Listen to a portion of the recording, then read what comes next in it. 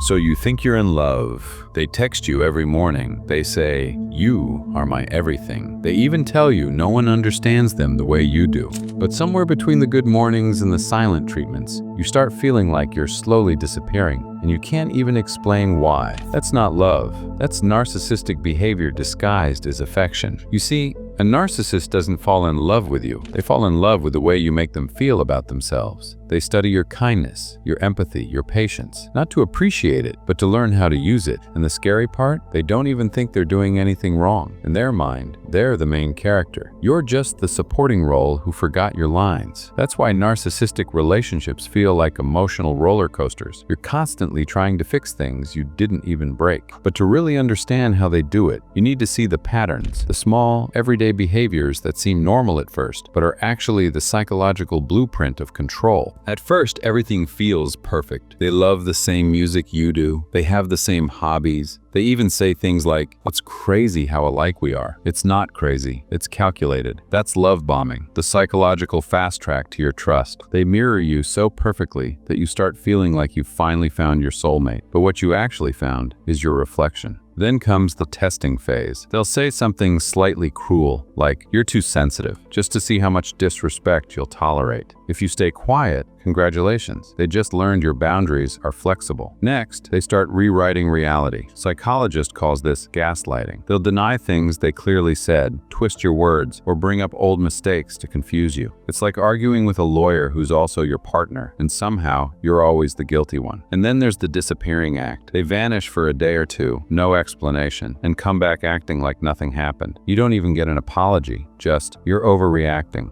It's emotional whiplash disguised as maturity. What's happening here isn't random. It's a cycle. Love, confusion, guilt, repeat. You start thinking, maybe if I just try harder, things will go back to how they used to be. But they won't, because that version of them never actually existed. The person you fell for was a performance. And the worst part? They'll convince you that you're the one who changed. To understand a narcissist, you have to stop thinking in terms of love and start thinking in terms of supply. See, most people enter relationships to share emotions. Narcissists enter relationships to collect them. Every compliment, every tear, every apology, it's all emotional currency. They spend your feelings the way other people spend money. They need admiration like oxygen. And when they don't get it, they'll create chaos just to feel in control again. One minute they'll praise you like you're the best thing that ever happened to them, and the next minute they'll ignore you completely. Not because they hate you, but because they want to see if you'll chase them. That's how they measure your value, not by how much you love them, but by how hard you try to earn back their attention. They build their self-worth by draining yours, and the longer you stay, the more you start confusing pain with passion. Your brain literally gets addicted to the highs and lows. It's like gambling, except instead of losing money, you lose yourself. But here's the twisted part. Narcissists don't wake up thinking, "Today I'll ruin someone's life." Most of them aren't self-aware enough to realize what they're doing. They genuinely believe they're victims too. Because in their story, they always have to be right, and anyone who challenges that story becomes the villain. That's why apologizing doesn't fix anything. You can't reason with someone whose entire identity depends on being perfect. Next, I will tell you how the narcissists keep you trapped. Let me explain.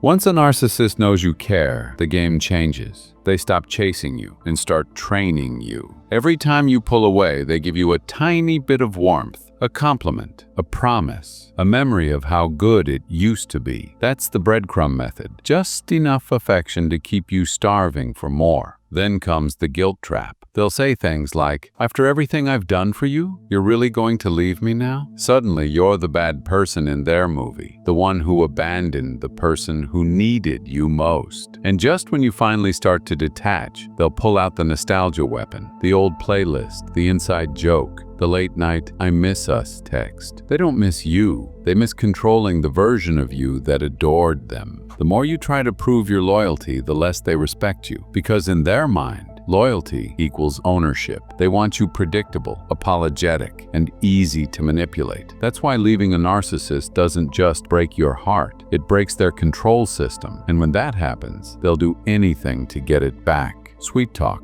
fake apologies, or if that fails, pure chaos. They'll start a rumor, post cryptic stories, or suddenly move on with someone new within 48 hours. Not because they're over you, but because they want you to see how replaceable you are. It's not love. It's a psychological chess game. And the only way to win is to stop playing. But there is still hope. Remember, there is a way out. Okay, so listen closely. At first, it feels impossible. You think, but they'll never understand how much I cared. And you're right, they won't, because narcissists don't understand care. The only language narcissists understand is manipulation and control. The first step is disconnection. That means silence, distance, and no negotiation. You can't heal in the same place you were manipulated. Every message you answer, every memory you replay is like reopening the wound they taught you to ignore. Then comes detox, not from them, but from the version of you that needed their approval. You'll feel empty, anxious, even guilty for putting yourself first. That's normal. It's your brain unlearning the addiction to chaos. Next, rebuild your reality testing. The ability to trust your own perception again. Because when someone gaslights you long enough, you stop believing your eyes, your feelings, your instincts. But that's your superpower, returning. And finally, remember this. You don't have to prove you were the good one. Peace is the proof. The day you stop explaining, the day you stop trying to make them understand, that's the day you start to heal. So if you've ever been made to feel too sensitive, too needy, too emotional, understand this. You weren't too much. They were too empty. And once you stop feeding their emptiness, you'll realize you were never broken. You were just in the wrong story. One day, when you finally stop chasing their version of love, you'll look back and realize they never really saw you. They only saw what you could give.